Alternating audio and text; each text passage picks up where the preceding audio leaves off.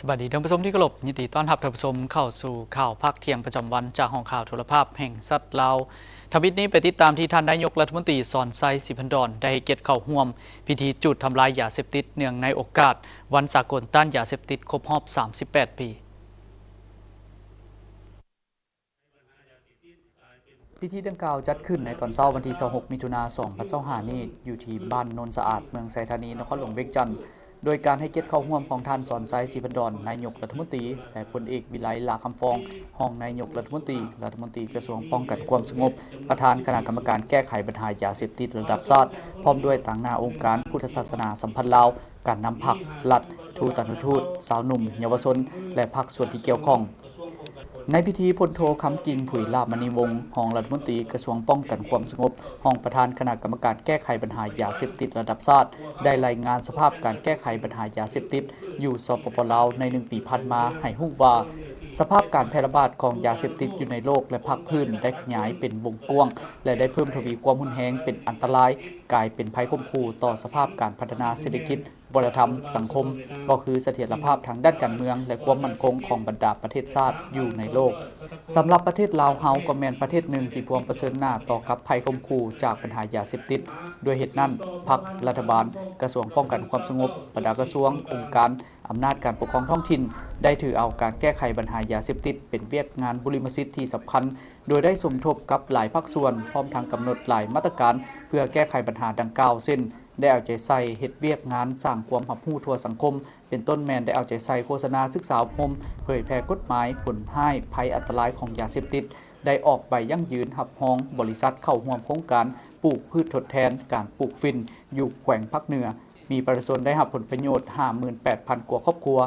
ต่อกับเป้าหมายผู้เสพยาเสพติดหรือผู้ถือข้อให้ได้นำเข้าศูนย์บำบัดปิ่นปัวฟื้นฟูสุขภาพที่มีในทั่วประเทศ 14 ศูนย์ในปี 2024 มีทั้งหมด 8,476 คนหญิง 392 คนในนั่นปิ่นปัวดีแล้วกับคืนสู่ครอบครัว 5,427 คนหญิง 276 คนสืบต่อปิ่นปัว 3,049 คนหญิง 96 คนสามารถสร้างบ้านปลอดยาเสพติดได้ 3,222 บ้านสร้างบ้านปลอดคดีได้ 2,899 บ้านสร้างโรงเรียนสถาบันการศึกษาปลอดยาเสพติดได้ 5,917 แห่งสร้างสำนักงานองค์การกำลังประกอบอาวุธปลอดยาเสพติดมีจำนวนเพิ่มขึ้นในแต่ละระยะพร้อมเดียวกันนี้ก็ได้มีการพัวพันร่วมมือกับบรรดาประเทศเพื่อนมิตรองค์การจัดตั้งสากลบรรดาประเทศที่มีชายแดนติดจอดเพื่อร่วมกันค้นคว้าปรึกษาหารือป้องกันเฮ็ดเวียกควบคุมสกัดกั้นและต้านยาเสพติดเคียงคู่กันนั้นก็ได้ปฏิบัติมาตรการทางด้านกฎหมายสามารถแก้ไขม่านทำลายคดียาเสพติดได้ทั้งหมด 4,158 เรื่องจับผู้ถูกหาได้ 6,297 คนยิง608 คนสามารถยึดยาเสพติดพาหนะและทรัพย์สินอื่นๆเป็นจำนวนลงลายส่วนยาเสพติดที่นำมาจุดทำลายในครั้งนี้แม่นยาเสพติดจากคดีที่ศาลได้ตัดสินเด็ดขาดแล้วซึ่งประกอบมีเฮโรอีนยาไอซ์ยาบ้าและยาเสพติดอื่นๆท่านผู้ชมการดำเนินกองประชุมสมัยสามัญเทื่อที่ 9ของสภาแห่งชาติสุดที่ 9 มาฮอดมื้อนี้ถือว่าเป็นมื้อสุดท้ายเป็นเวลาที่สมาชิกสภาแห่งชาติมันได้พิจารณาและรับรองเอาร่างมติของกองประชุมรายละเอียดทีมข่าวโทรภาพแห่งชาติลาวติดตามได้จากที่สภาแห่งชาติ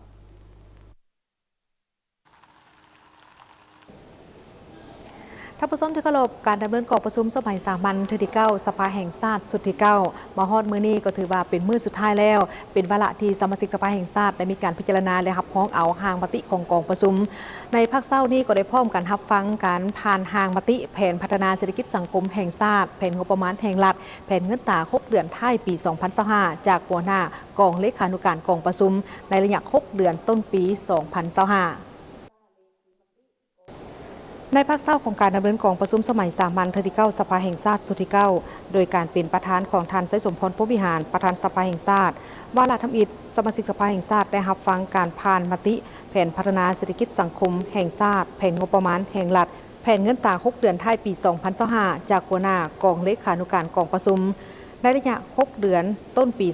2025 มีความคืบหน้าหลายคาดหมายตามมติของสภาแห่งชาติซึ่งแสดงออกรวมยอดผลิตภัณฑ์ภายใน GDP คาดคะเนจะปฏิบัติได้ 4.5% มติสภาแห่งชาติ 4.8% ขึ้นไปในนั้นกสิกรรมเติบโต 3.3% มติสภา 4.3% อุตสาหกรรมเติบโต 4.6% มติสภา 4.3% บริการเติบโต 4.7% มติสภา 5.5% ภาษีอากรเติบโต 4.4% มติสภา 4.5%การปฏิบัติแผนรายหับงบประมาณคาดคะเนจะปฏิบัติได้ 37,100 ตื้อกีบเท่ากับ 54.42% ของแผนการปี มติสภาแห่งชาติ 68,100 ตื้อกีบสำหรับทิศทางแผนเวียกจุดสุมและมาตรการในการจัดตั้งปฏิบัติแผนพัฒนาเศรษฐกิจสังคมแห่งชาติแผนงบประมาณแห่งรัฐแผนเงินตรา6เดือนท้ายปี 2025 กองประชุมเห็นดีเป็นเอกภาพต่อทิศทางแผนเวียกจุดสุมและมาตรการในการจัดตั้งปฏิบัติตามการเสนอของรัฐบาลเป็นต้นสืบต่อรับประกันเสถียรภาพทางด้านการเมืองให้นักแน่นเฮ็ดให้สังคมมีความสงบและเป็นระเบียบเรียบร้อยโดยซุ่มใส่ปฏิบัติยุทธศาสตร์ก่อสร้างรากฐานการเมืองพัฒนาชนบทให้เลิกเซิงกว่าเก่าเพิ่มทวีความเอาใจใส่จัดตั้งพันขยายมติของกรมการเมืองศูนย์กลางภาคเกี่ยวกับการสร้างเศรษฐกิจเอกราชเป็นเจ้าตนเองมติกองประชุมครบคณะบริหารงานศูนย์กลางภาคครั้งที่9สมัยที่11สรุปตีราคามติของสภาแห่งชาติติดพันกับ2วาระแห่งชาติในปีมวลท้ายของแผนพัฒนาเศรษฐกิจสังคมแห่งชาติ5ปีครั้งที่9 2021ถึง 2025ให้มีผลสำเร็จตามแผนการสืบต่อจะตั้งปฏิบัติคาดหมายแผนเวียกจุดสุมและมาตรการจัดตั้งปฏิบัติตามมติของประชุมสภาแห่งชาติการจัดสรรงบประมาณบ่วงกองทุนทาง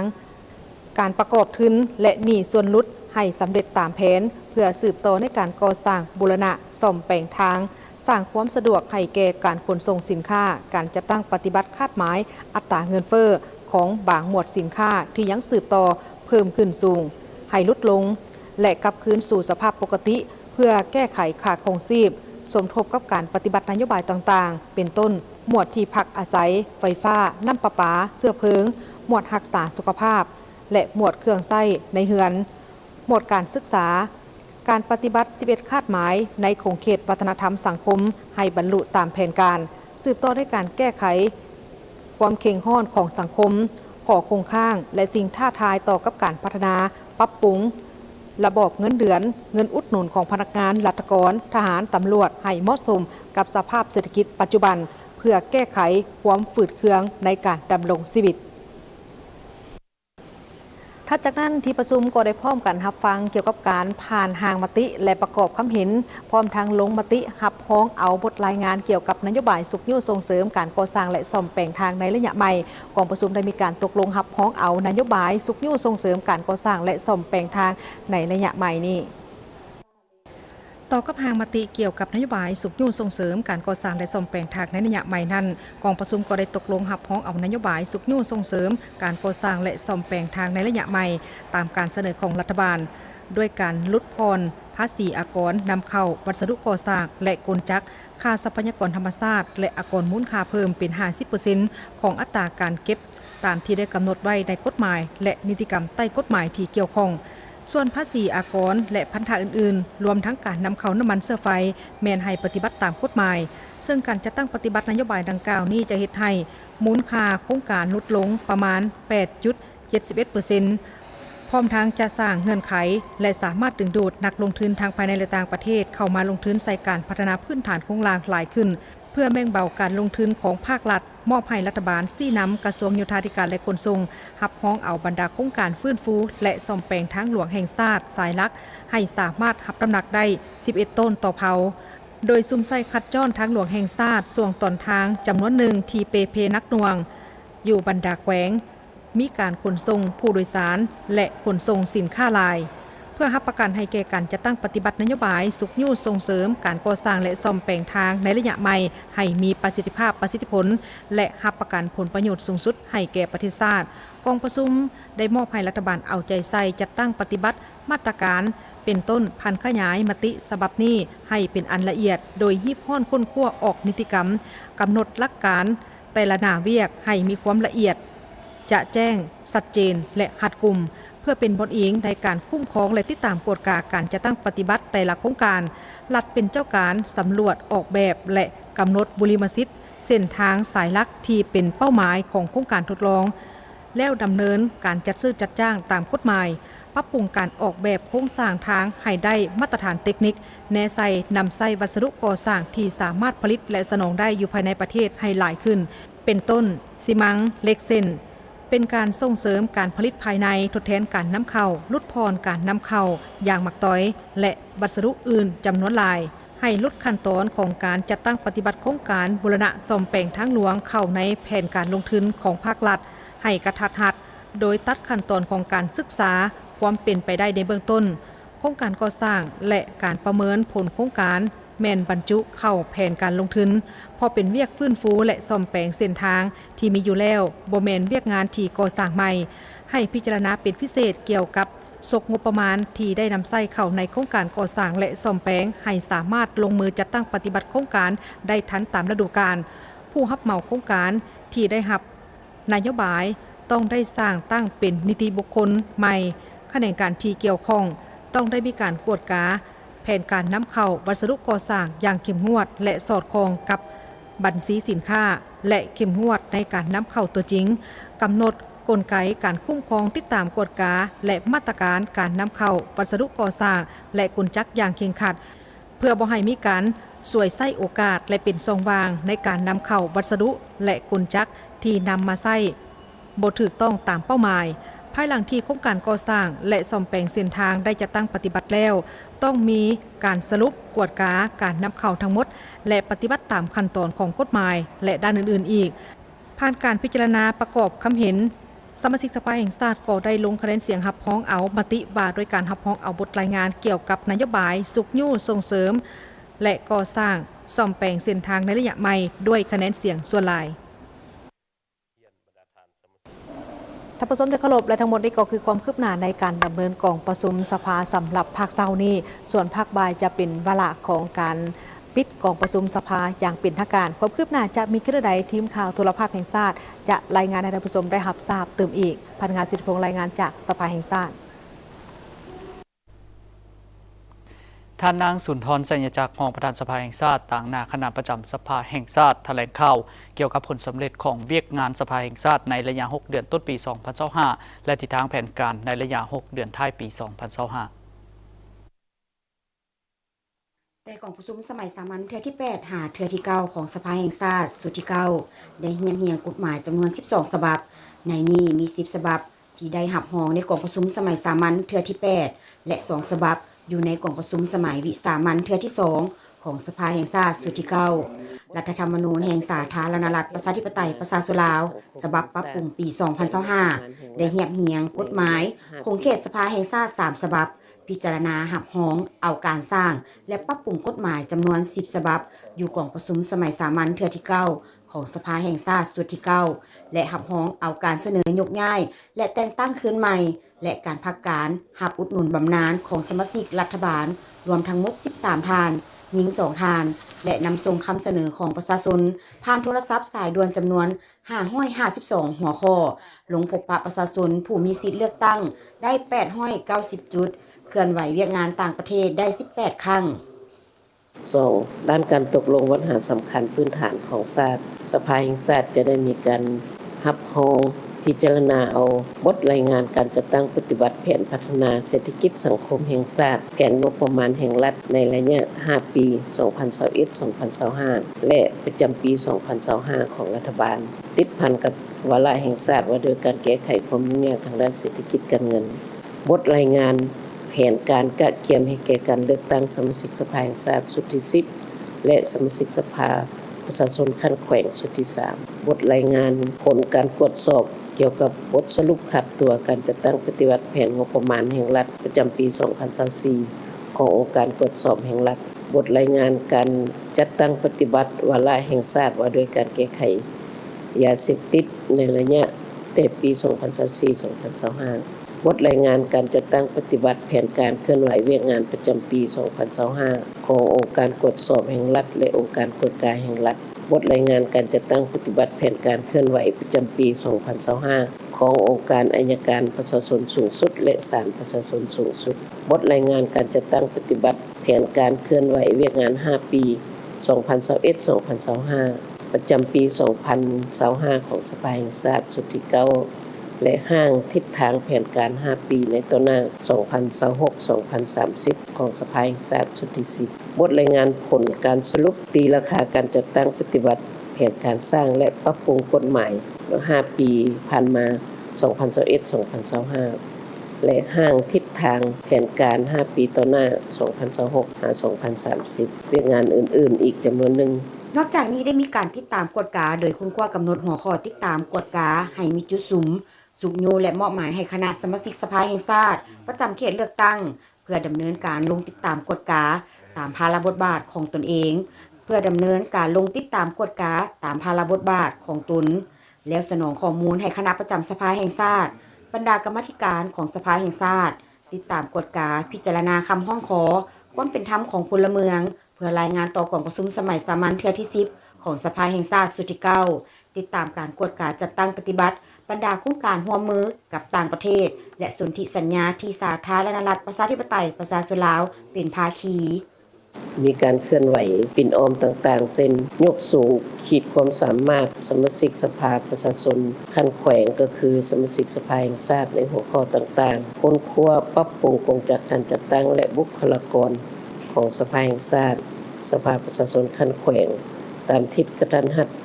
โรงเรียนและมีประสิทธิผลค้นคว้าสร้างปรับปรุงนิติกรรมว่าด้วยการจัดตั้งและการเคลื่อนไหวของสภาแห่งชาติบรรดากงจักรเสนาธิการไปเคียงคู่กับการปรับปรุงกงจักรการจัดตั้งของสภาแห่งชาติจัดพิมพ์ปึ้มประวัติศาสตร์การพัวพันระหว่างสภาแห่งชาติลาวกับเวียดนามครบรอบ50 ปีเนื่องในโอกาสเฉลิมฉลองวันสร้างตั้งสภาแห่งชาติลาวครบรอบ50 ปีค้นคว้าและสั่งรวมบรรดาปึ้มนิพนธ์ต่างๆของประธานไกรสอนพรหมวิหารเพื่อสืบต่อสร้างเป็นปึ้มแนวคิดประธานไกรสอนพรหมวิหารเข้าร่วมกองประชุมสมัชชาใหญ่รัฐสภาระหว่างชาติอาเซียนไอป้าครั้งที่ 46 ที่ประเทศมาเลเซียเข้าร่วมกองประชุมประธานรัฐสภาโลกและประธานรัฐสภาแม่หญิงโลกเข้าร่วมเฉลิมฉลองวันสำคัญต่างๆของชาติและสากลมาถึงปัจจุบันสภาแห่งชาติได้สร้างแผนการกะเกียมและดำเนินการเลือกตั้งสมาชิกสภาแห่งชาติสุดที่ 10สมาชิกสภาประชาชนขั้นแขวงสุดที่ 3เพื่อรายงานต่อกรมการเมืองศูนย์กลางพรรคออกมติว่าด้วยการเพิ่มทวีการนำพาชี้นำของคณะพรรคต่อเวียกงานการเลือกตั้งออกคำแนะนำเกี่ยวกับการกะเกียมบุคลากรสมัครรับเลือกตั้งสมาชิกสภาแห่งชาติสุดที่ 10และสมาชิกสภาประชาชนขั้นแขวงสุดที่ 3เพื่ออำนวยความสะดวกให้แก่การเลือกตั้งสมาชิกสภาแห่งชาติสุดที่ 10และสมาชิกสภาประชาชนขั้นแขวงสุดที่ 3ให้ได้รับประกันผลสำเร็จและทันตามกำหนดเวลางานมหกรรมการท่องเที่ยวอนุภาคพื้นแม่น้ำคลอง 2025 หรือว่าแม่ของ Tourism Forum 2025 ไม่ได้เปิดขึ้นอย่างเป็นทางการภายใต้หัวข้อเดินทางร่วมกันเข้มแข็งขึ้นพร้อมกันและแนะนำแผนยุทธศาสตร์ด้านการท่องเที่ยวอนุภาคพื้นแม่น้ำคลองปี 2026ในงานมหกรรมการท่องเที่ยวอนุภาคพื้นแม่น้ำโขง2025ครั้งนี้ได้กำหนดรายการและกิจกรรมที่สำคัญต่างๆเพื่อให้คณะผู้แทนได้รู้จักแลกเปลี่ยนความคิดเห็นและแบ่งปันประสบการณ์ตัวจริงในการพัฒนาและส่งเสริมอุตสาหกรรมการท่องเที่ยวรวมทั้งกองประชุมปรึกษาหารือขอบการร่วมมือบรรดาประเทศอนุภาคพื้นแม่น้ำโขงครั้งที่ 55 แนะนำแผนยุทธศาสตร์การท่องเที่ยวอนุภาคพื้นแม่น้ำโขงฮอดปี 2030 กองประชุมปรึกษาหารือสมาคมธุรกิจการท่องเที่ยวของอนุภาคพื้นแม่น้ำโขงและกองประชุมปิ่นอ้อมโดยลงเลิกในแต่ละหัวข้อเช่นอาหารเพื่อการท่องเที่ยวการท่องเที่ยวกสิกรรมการท่องเที่ยวแบบอนุรักษ์การท่องเที่ยวมรดกและวัฒนธรรมพร้อมนั้นคณะผู้แทนของประชุมนักข่าวสื่อมวลชนทางภายในและต่างประเทศได้ไปทัศนศึกษาอยู่สถานที่ท่องเที่ยวที่โดดเด่นของแขวงหลวงพระบางเช่นศูนย์หัตถกรรมศูนย์ส่งเสริมหัตถกรรมออกพบตกเงินจันทร์มรดกหลวงพระบางแหล่งท่องเที่ยวน้ำตกตาดกงซีรีสอร์ทน้ำคานลิฟวิ่งแลนด์และอื่นๆตื่นอีกในโอกาสเปิดงานครั้งนี้ท่านนางดารณีพรหมวงศากล่าวว่าบรรดาประเทศอนุภาคพื้นแม่น้ำโขงเป็นคงเขตหนึ่งที่มีท่าแหงอันใหญ่หลวงและมีความอุดมสมบูรณ์ทางด้านทรัพยากรการท่องเที่ยวมีสิ่งมหัศจรรย์มรดกโลกและสิ่งดึงดูดทางด้านวัฒนธรรมธรรมชาติและประวัติศาสตร์ที่หลากหลายซึ่งสามารถพัฒนาให้เป็นผลิตภัณฑ์การท่องเที่ยวที่หลากหลายพร้อมนั้นยังได้มีเสถียรภาพทางด้านการเมืองที่มั่นคงและเศรษฐกิจมีการขยายตัวอย่างต่อเนื่อง ด้านโครงสร้างพื้นฐานการท่องเที่ยวได้กลายเป็นแขนงบุริมสิทธิ์ของหลายประเทศย้อนแนวนั้นจึงเฮ็ดให้คงเขตประเทศอนุภาคพื้นแม่น้ำโขงกลายเป็นจุดหมายปลายทางการท่องเที่ยวของนักท่องเที่ยวทั่วโลกสำหรับรัฐบาลลาวได้ถือเอาเวียกงานการท่องเที่ยวเป็นเศรษฐกิจปลายแหลมดึงดูดการลงทุนการพัฒนาพื้นฐานโครงสร้างหับไส้การท่องเที่ยวปรับปรุงการบริการการโฆษณาส่งเสริมการท่องเที่ยวทุกรูปแบบเพื่อดึงดูดนักท่องเที่ยวเข้ามาสร้างรายรับให้ประเทศและเอาใจใส่ในการระดมทุนจากภาคธุรกิจทางภายในและต่างประเทศสถาบันการเงินสากลเพื่อพัฒนาเวียกงานของการท่องเที่ยวให้มีการขยายตัวตามทิศสีเขียวยืนยงสำหรับปี 2024 มีนักท่องเที่ยวภายในประเทศอนุภาคพื้นแม่น้ำโขงบรรลุถึง 9.5 ล้านเทื่อคนสร้างรายรับประมาณ 158 ตื้อดอลลาร์สหรัฐและมีการจ้างงานบรรลุ20 ล้านคนคาดว่าจะสืบต่อในการขยายตัวอย่างต่อเนื่องและสร้างรายรับบรรลุถึง200ตื้อดอลลาร์สหรัฐในปี 2030 เฉพาะอยู่สาธารณรัฐประชาธิปไตยประชาชนลาวในปี 2024 มีนักท่องเที่ยวสากลบรรลุถึง 4 ล้านกว่าคน สามารถสร้างรายรับได้ 1,420 ล้านกว่าดอลลาร์สหรัฐและนักท่องเที่ยวภายในบรรลุถึง 3.9 ล้านคน สามารถสร้างรายรับ633 ล้านกว่าดอลลาร์สหรัฐการท่องเที่ยวเป็นแขนงเศรษฐกิจที่มีการขยายตัวไว้อยู่ในภาคพื้นและก็สากลรวมทั้งสปป.ลาวพวกเฮารัฐบาลผ่านมาก็ได้ให้ความสำคัญแก่เวียกงานการท่องเที่ยวและก็ถือเอาเวียกงานการท่องเที่ยวนี่เป็นแขนงเศรษฐกิจปลายแหลมของประเทศพวกเฮาแล้วก็ในการนั้นเป็นเจ้าภาพกองประชุม GMS นี่ก็ถือว่าเป็นเกียรติอันสูงส่งของสปป.ลาวเฮาที่ได้รับเกียรติเป็นเจ้าภาพเพราะว่ามันจะเป็นการเปิดโอกาสให้บรรดานักเสี่ยวซ่านทั้งหลายเนาะที่อยู่ในคงเขตการท่องเที่ยวอยู่ในภาคพื้นนี่ได้มีโอกาสได้มาโอล้มแลกเปลี่ยนปรึกษาหารือซึ่งกันและกันในหัวข้อต่างๆเนาะอันนี้ก็ถือว่าเป็นโอกาสอันดีของสปป.ลาวที่จะได้เรียนรู้แลกเปลี่ยนซึ่งกันและกันกับบรรดาประเทศเพื่อนมิตรอยู่ในคงเขตแม่น้ำคลองพวกเฮาความคาดหวังของพวกเฮาก็คือพวกเฮาอยากให้การร่วมมือนี่ได้รับการจัดตั้งปฏิบัติโดยเฉพาะแผนยุทธศาสตร์การท่องเที่ยวในประเทศอนุภาคพื้นแม่น้ำคลองปี 2030 นี่พวกเฮาอยากให้มีกิจกรรมต่างๆที่พวกเฮาวางแผนร่วมกันนี่ได้รับการจัดตั้งปฏิบัติอันเป็นความคาดหวังของพวกเฮาคันทางว่าพวกเฮาได้จัดตั้งปฏิบัติมันก็จะเฮ็ดให้การท่องเที่ยวของบรรดาประเทศพวกเฮานี่มีความเข้มแข็งขึ้นพร้อมๆกันงานมหกรรมการท่องเที่ยวอนุภาคพื้นแม่น้ำคลอง 2025 หรือแม่คลองทัวริซึมฟอรัม 2025 ได้เปิดขึ้นอย่างเป็นทางการในวันที่ 26 มิถุนายน 2025 ที่แขวงหลวงพระบางโดยการเข้าร่วมของท่านนางดารณี พรหมวงศารองรัฐมนตรีกระทรวงแถลงข่าววัฒนธรรมและท่องเที่ยวมีท่านบุญเรืองมณีวงศ์รองเจ้าแขวงหลวงพระบางมีหัวหน้าห้องการภาคพื้นธนาคารพัฒนาอาซีพร้อมทั้งหัวหน้าห้องการประสานงานด้านการท่องเที่ยวอนุภาคพื้นแม่น้ำโขงและต่างหน้าศูนย์อาเซียนจีนศูนย์อาเซียนญี่ปุ่นพร้อมผู้แทนจาก6ประเทศอนุภาคพื้นแม่น้ำโขงเข้าร่วมบริษัท iCenter Trading จำกัดผู้เดียวผู้นำเข้าและจัดจำหน่ายเครื่องปรับอากาศ Mitsubishi Heavy Duty ผู้เดียวในสปป.ลาวจัดงานฝึกอบรมและสัมมนาเกี่ยวกับเครื่องปรับอากาศ Mitsubishi Heavy Duty เพื่อให้ข้อมูลความรู้แก่ตัวแทนจำหน่ายและลูกค้าการฝึกอบรมและสัมมนาครั้งนี้จัดขึ้นในวันที่ 24 มิถุนายน 2025 ที่นครหลวงเวียงจันทร์โดยมีท่านวันมีไซดวงพระจันทร์รองหัวหน้ากรมทะเบียนวิสาหกิจกระทรวงอุตสาหกรรมและการค้าท่านสมชายพิมพ์สอนผู้อำนวยการบริษัท iCenter Trading จำกัดผู้เดียวมีผู้ทางหน้าจากบริษัทมหาจักร Development จำกัดบริษัท Mitsubishi Heavy Industry Air Conditioner จำกัดพร้อมด้วยวิทยากรบริษัทห้างห้านตัวแทนจำหน่ายและลูกค้าเข้าร่วมท่านสมชายพิมพ์สอนผู้อำนวยการบริษัท iCenter Trading จำกัดผู้เดียวได้ให้รู้ว่าจุดประสงค์การฝึกอบรมและสัมมนาในครั้งนี้เพื่อเป็นการแจ้งให้ทราบว่าทางบริษัท iCenter Trading จำกัดผู้เดียวจะเป็นผู้นำเข้าและจัดจำหน่ายเครื่องปรับอากาศ Mitsubishi Heavy Duty เพียงผู้เดียวในสปป.ลาว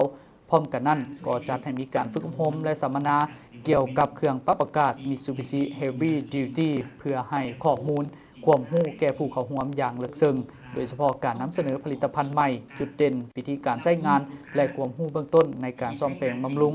ซึ่งบรรยากาศก็เต็มไปด้วยความมวลซื่นด้วยกิจกรรมและวิธีนำเสนอที่น่าสนใจเข้าใจง่ายของวิทยากรผู้เข้าร่วมได้สอบถามแลกเปลี่ยนบทเรียนแบบเป็นกันเองจุดประสงค์ของการจัดงานครั้งนี้พวกเขาจะเปิดตัวแทนจำหน่าย Mitsubishi Heavy Duty อย่างเป็นทางการอยู่สปป.ลาวซึ่งตัวแทนจำหน่ายอย่างเป็นทางการแม่นบริษัท iCenter Trading จำกัดผู้เดียวซึ่งควบคู่ไปนั้น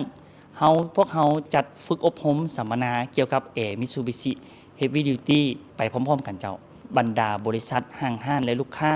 เข้ามางานสัมมนาในครั้งนี้จะเป็นประโยชน์อันยั่งยิ่งให้กับ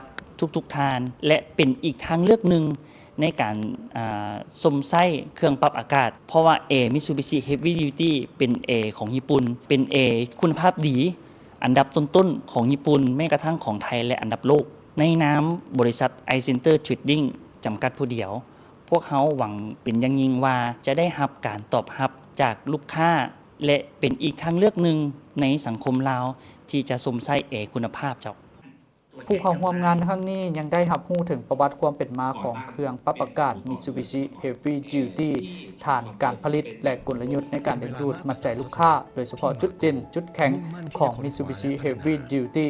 ซึ่งทานนารวุฒิผิวงามผู้ช่วยผู้จัดการฝ่ายขายบริษัทมหาจักร Development จำกัดได้ให้รู้ว่าเครื่องปรับอากาศ Mitsubishi Heavy Duty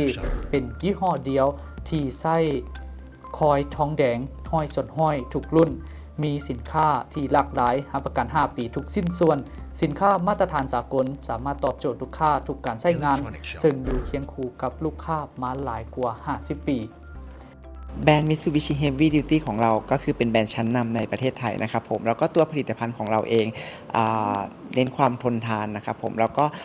มีคอยทองแดงทุกรุ่นนะครับผม 100% เลยแบรนด์ Mitsubishi Heavy Duty ขึ้นชื่อเรื่องความทนทานความสามารถในการทำงานได้อย่างต่อเนื่องยาวนานนะครับแสดงให้เห็นถึงประสิทธิภาพการประหยัดพลังงานของผลิตภัณฑ์และได้รับฉลากประหยัดไฟเบอร์ 5 การทำงานของเครื่องปรับอากาศที่เงียบและไม่รบกวนการใช้ชีวิตประจำวันเน้นย้ำถึงความสามารถในการฟอกอากาศและลดปริมาณฝุ่นละอองให้บริการหลังการขายที่ดีเยี่ยมนะครับผมของเราจะรับประกัน5 ปีทุกชิ้นส่วนนะครับผมระบบฟอกอากาศหรือเทคโนโลยีอินเวอร์เตอร์ลูกค้าคนไหนเนี่ยที่สนใจผลิตภัณฑ์ของแบรนด์ Mitsubishi Heavy Duty สามารถติดต่อที่บริษัท iCenter Trading จำกัดเพียงผู้เดียวนะครับผม Mitsubishi Heavy Duty เป็นเครื่องปรับอากาศซ้ำนำระดับโลกจากประเทศญี่ปุ่นบ่หยุดนิ่งที่จะพัฒนาผลิตภัณฑ์อย่างต่อเนื่องเพื่อตอบโจทย์ทุกการใช้งานของลูกค้าให้บริการด้วยน้ำใจและใส่ใจคุณภาพ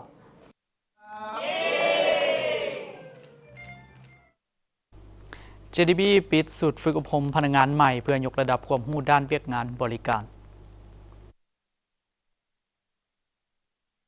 ในวันที่20 มิถุนายน 2025ที่สำนักงานใหญ่ธนาคารห่วมพัฒนามหาชนนครหลวงเวียงจันทร์ได้ปิดพิธีฝึกอบรมสัมมนาทางด้านวิชาการเพื่อยกระดับความรู้ความสามารถในการบริการลูกค้าให้มีความประทับใจให้พนักงานใหม่ที่ได้ผ่านการสอบเสียงคัดเลือกและสัมภาษณ์จึงสามารถคัดเลือกได้พนักงานใหม่จำนวน65 คนที่จะส่งไปประจำการในแผนกการต่างๆของธนาคารห่วมพัฒนามหาชนเป็นเกียรติเข้าร่วมเปิดพิธีในครั้งนี้โดยท่านวิไลศรีภพรประธานสภาบริหารธนาคารห่วมพัฒนามหาชนและหัวหน้าแผนกจัดตั้งพนักงานพร้อมด้วยวิชาการที่เกี่ยวข้องในพิธีดังกล่าวได้รับฟังการอบรมจากท่านวิไลศรีภพรประธานสภาบริหารธนาคารห่วมพัฒนามหาชนโดยท่านได้ยกให้เห็นภาพรวมของธนาคารห่วมพัฒนาซึ่งเป็นธนาคารที่ได้รับความเชื่อมั่นจากลูกค้าโดยการบริการให้เป็นที่ประทับใจมีความทันสมัยได้มาตรฐานสากลถือเอาความต้องการของลูกค้าเป็นหลักพัฒนาผลิตภัณฑ์อย่างหลวงหลายด้วยระบบเทคโนโลยีที่ทันสมัยหันเป็นธนาคารดิจิตอลก้าวสู่สากลสร้างผลประโยชน์ให้แก่ทุกฝ่ายสามารถเติบใหญ่ขยายตัวไปพร้อมกันธนาคารห่วมพัฒนามหาชนหรือ JDB ได้เห็นความสำคัญเวียกงานพัฒนาบุคลากรให้มีความรู้ความสามารถการบริการลูกค้าของตนเฮ็ดให้ธนาคารมีการเติบใหญ่ขยายตัวอย่างบ่หยุดยั้งท่านยังได้เน้นให้พนักงานใหม่ทุกคนนำเอาความรู้จากการฝึกอบรมในครั้งนี้ไปนำใช้เข้าในการปฏิบัติเวียกงานของตนเพื่อตอบสนองความต้องการของลูกค้าให้มีความประทับใจในการบริการตามคำขวัญที่ว่าเติบใหญ่ไปพร้อมกันซึ่งการสัมมนาในครั้งนี้ดำเนินเป็นเวลา5 วันคือวันที่16-20 มิถุนายน 2025ท่านผู้ชมจากนี้ไปติดตามรับชมข่าวต่างประเทศ